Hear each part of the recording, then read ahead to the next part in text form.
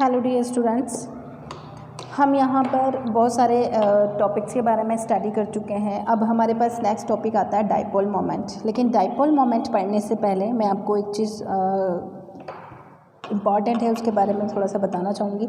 सबसे पहले एक चीज़ ध्यान रखिए आप कि डाइपोल मोमेंट पढ़ने के लिए, समझने के लिए आपको कुछ चीज़ें हैं जो कि पता होना चाहिए। सबसे पहले आता है हमारे पास bond pair and lone pair. ठीक है, इसका बहुत बड़ा रोल है कमिंग टॉपिक में, वेस्पर थ्योरी में। ठीक है, bond pair and lone pair होता क्या है? बॉन्ड पेयर हम बात करते हैं यहाँ पर नाइट्रोजन की, NH3 अमोनिया की बात करते हैं। तो centre atom in the ammonia वो कौन है? नाइट्रोजन। ठीक है, नॉर्मल स्ट्रक्चर आप बनाएंगे इसकी तो नाइट्रोजन है और उसके पास 3 क्या है? हाइड्रोजन है। ठीक है, इस तरीके का है। तो यहाँ पर ये नाइट्रोजन जो है वो उसके पास क्या है? 2-3 हाइड्रोजन प्रेजेंट हैं। क्लियर है? अब इसका नाइट्रोजन एटम का आप क्या करें? कॉन्फ़िगरेशन लिखें। तो इसका एटॉमिक नंबर होता है 7, 1s2 2s2 2p3। यही इसका इलेक्ट्रॉनिक कॉन्फ़िगरेशन है। आउटर मोस्ट शेल में कितने इलेक्ट्रॉन हैं? 3 + 2 टोटल कितने हो गए? 5। ठीक है, तो अब क्या होगा कि यहाँ पर जो हाइड्रोजन है इसके पास 3, इसके पास S जो है 1 2, अगर मैं बनाऊँ यहाँ पर तो 1 2 और ये 3, तो यहाँ पर ये 3 है, यहाँ पर सिंगल प्रेजेंट है। तो ये क्या करना चाहेंगे? डबल करना चाहेंगे। वुंड इलेक्ट्रॉन के अकॉर्डिंग पेयरिंग होगी। अभी अनपेयर इलेक्ट्रॉन है, अब पेयरिंग होगी तो पेयरिंग के लिए इलेक्ट्रॉन चाहिए, तो वो कौन देगा? हाइड्रोजन। एक हाइड्रोजन, 3 हाइड्रोजन है, एक ने इसको दे दिया, एक ने इसको दे दिया और एक ने इसको दे दिया। तो ये क्या बना लिया इन्होंने? इस तरीके से यहाँ पर ये पेयरिंग होगी। लेकिन आप देखिए कि ये 3 इलेक्ट्रॉन थे, ये क्या बना रहे हैं? हाइड्रोजन के साथ बॉन्ड बना रहे हैं। हाइड्रोजन और इसने क्या बना लिया? बॉन्ड। तो यहाँ पर एक बॉन्ड तो ये बन गया, इसने और इसने बना लिया एक बॉन्ड, ये बन गया, इसने और इसने बना लिया एक बॉन्ड, ये बन गया। लेकिन यहाँ पर ये हमारे पास जो 2 इलेक्ट्रॉन प्रेजेंट है, इन्होंने किसी भी तरीके का बॉन्ड बनाने में पार्टिसिपेट नहीं किया। किसी भी तरीके का बॉन्ड बनाने में क्या नहीं किया? पार्टिसिपेट नहीं किया। तो इसको हम एज इट इज़ इस तरीके की स्ट्रक्चर बनाकर ऐसा लिख देंगे। तो ये जो इलेक्ट्रॉन जो हैं वो किसी भी तरीके का बॉन्ड नहीं बना रहे हैं, इसलिए इसको हम बोलेंगे लोन पेयर। लोन पेयर, ठीक है, लोन पेयर। इनको अपन क्या बोलेंगे? Lone pair. लोनली हैं या अकेले हैं, इन्होंने बॉन्ड नहीं बनाया है किसी के साथ, तो इनको अपन बोलेंगे लोन पेयर। और अब यहाँ पर देखिए, एक इलेक्ट्रॉन इसका है, एक इलेक्ट्रॉन इसका है। तो यहाँ पर ये जो बॉन्ड बना है, ये बॉन्ड जिन इलेक्ट्रॉन ने ये बॉन्ड बनाया उसको हम बोलेंगे बॉन्ड पेयर। क्या बोलेंगे? Bond pair. तो यहाँ पर bond pair and lone pair 2 term आई हैं और इनके बारे में आपको पता होना चाहिए, अच्छे से समझ आना चाहिए कि कौन सा बॉन्ड पेयर है और कौन सा लोन पेयर है। तो यहाँ पर 3 इलेक्ट्रॉन जो कि हाइड्रोजन के साथ बॉन्ड बना रहे हैं, these are bond pair and those are not taking participation in making bond, in forming bond, उनको हम बोलेंगे लोन पेयर। क्या बोलेंगे उनको? Lone pair. क्लियर है आपको? तो डाइपोल मोमेंट के लिए आपको इनके बारे में पता होना चाहिए। ठीक है, समझने के लिए ये चीज़ आपको अच्छे से क्लियर हो गई, आई होप हो गई होगी। एक और एग्जांपल दे देती हूँ, थोड़ा सा और समझ में आ जाएगा। H2O। ठीक है, यहाँ पर देखिए सेंटर एटम इज ऑक्सीजन। इसका इलेक्ट्रॉनिक कॉन्फ़िगरेशन लिखिए। इसका जो एटॉमिक नंबर होता है 8, 1s2 2s2 2p4। तो ये इसका क्या हुआ? क्या हुआ? ये इसका एटॉमिक आउटर मोस्ट शेल। तो इसका वो बना लीजिए 1 2 1 2 1 2 3 और ये 4।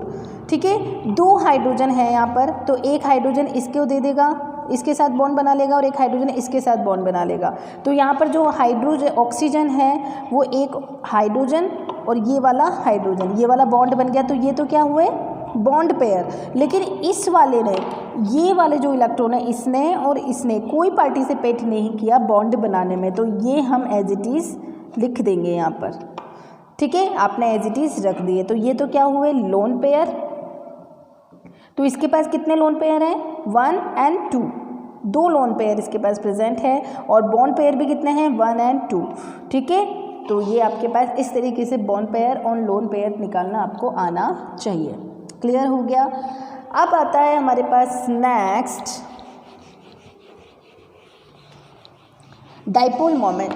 डाइपोल मोमेंट के लिए थोड़ा सा भूल जाइए कि हम पढ़ाई कर रहे हैं, हम सिर्फ मैं आपको एक बता रही हूँ कि दो स्टूडेंट हैं, ठीक है, ए स्टूडेंट और ये बी स्टूडेंट, ठीक है। एक रस्सी दे दी है मैंने इनको, अब वो रस्सी आप इनको खींचनी है। वो रस्सी किसकी तरफ आनी चाहिए, खींचेंगे ना ऐसा, वो रस्सा कसने वाला खींचने वाला एक गेम भी होता है ना, यहाँ पर बहुत सारे लोग खड़े होते हैं, इधर भी बहुत सारे लोग खड़े होते हैं और इस रस्सी को खींच रहे होते हैं, ठीक है। जिसमें ज़्यादा ताकत होती है वो अपनी तरफ खींच लेता है। As it is same to same ऐसा का ऐसा ही यहाँ पर हो रहा है, ठीक है।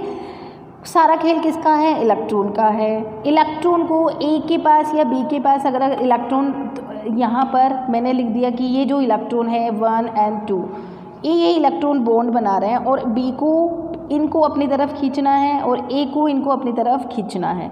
जिसमें ज़्यादा ताकत होगी वो इन इलेक्ट्रॉन को अपनी तरफ खींच लेगा, ठीक है। यही चीज़ हो रही है, as it is same to ऐसा कैसा ही हो रहा है यहाँ पर। तो जिसमें ज़्यादा ताकत होगी वो इलेक्ट्रॉन को अपनी तरफ खींच लेगा, ठीक है। अब उस ताकत को केमिस्ट्री की लैंग्वेज में हम नाम देते हैं इलेक्ट्रोनेगेटिविटी। क्या नाम देते हैं, इलेक्ट्रोनेगेटिविटी, ठीक है। इलेक्ट्रॉन को अपनी तरफ अट्रैक्ट करने की जो एनर्जी होती है या एफिनिटी होती है, capability of attracting the electrons towards itself, उसको हम बोलेंगे इलेक्ट्रोनेगेटिविटी।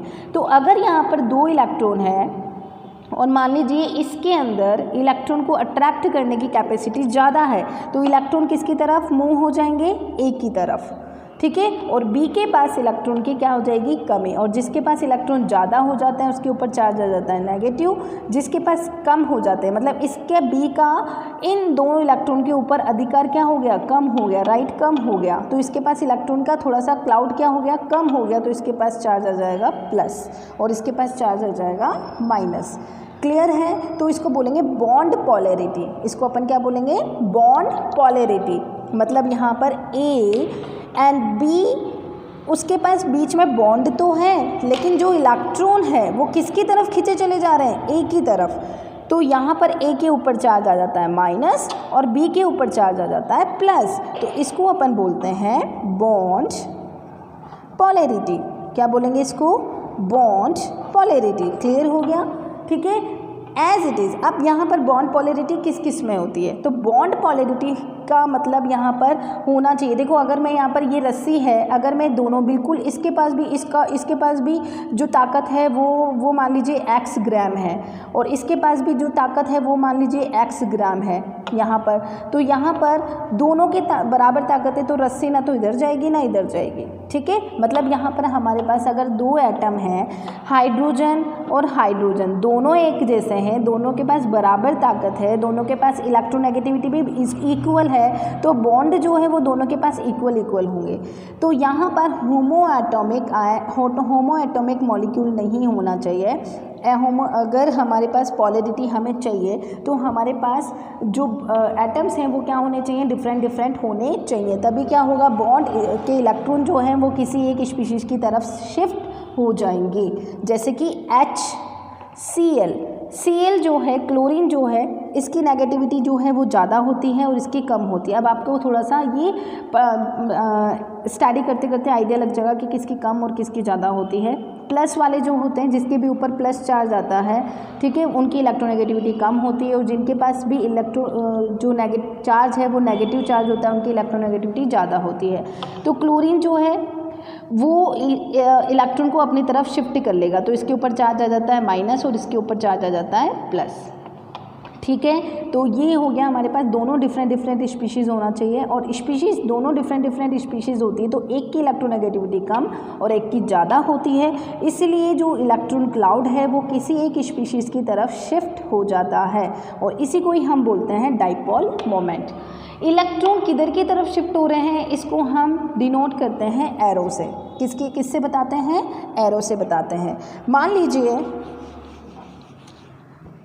मान लीजिए ये आपके पास क्या है H2O ही हमने बना लिया, तो O जो है वो सेंटर एटम है और hydrogen the electronegativity of hydrogen is less than oxygen, then the electron cloud will be shift towards the hydrogen. किसकी तरफ शिफ्ट हो जाएगा? हाइड्रोजन।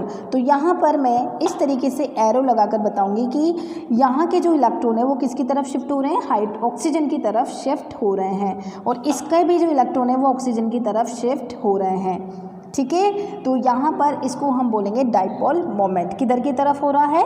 लेस इलेक्ट्रोनेगेटिव स्पीशीज से मोर इलेक्ट्रोनेगेटिव स्पीशीज की तरफ। ठीक है, पूरी पीरियोडिक टेबल में सबसे ज़्यादा इलेक्ट्रोनेगेटिविटी होती है फ्लोरीन की। किसकी होती है? फ्लोरीन की। तो आपको कहीं पर भी फ्लोरीन दिख जाए, वो किसी के भी इलेक्ट्रॉन को अपनी तरफ क्या कर लेता है? अट्रैक्ट कर लेता है। तो यहाँ पर अगर मैं स्पीशीज़ बताऊँ कि HF है आपके पास, एक HCl है, HBr है, HI है, तो बताइए सबसे ज़्यादा डाइपोल मोमेंट किस में होगा?